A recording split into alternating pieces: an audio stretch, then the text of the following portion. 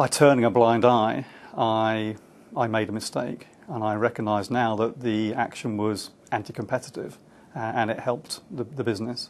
We actually didn't have a very close working relationship with our legal department, and looking back, I wish I had taken their advice, or at least when I knew about the contact, I checked with them whether it was okay or not.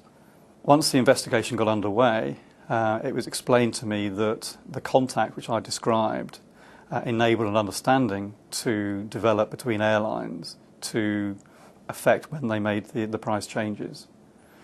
I'd not considered this because I'd always looked at it from a British Airways World Cargo point of view and the interests of our company.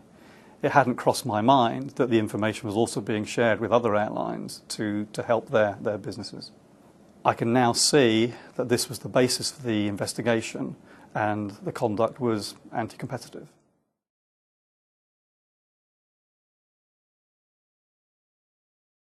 From there on, it's hard to say, and words are hard to find here, because when you've worked hard for a company and very successfully, to suddenly find yourself at home without the focus of day-to-day work was really difficult.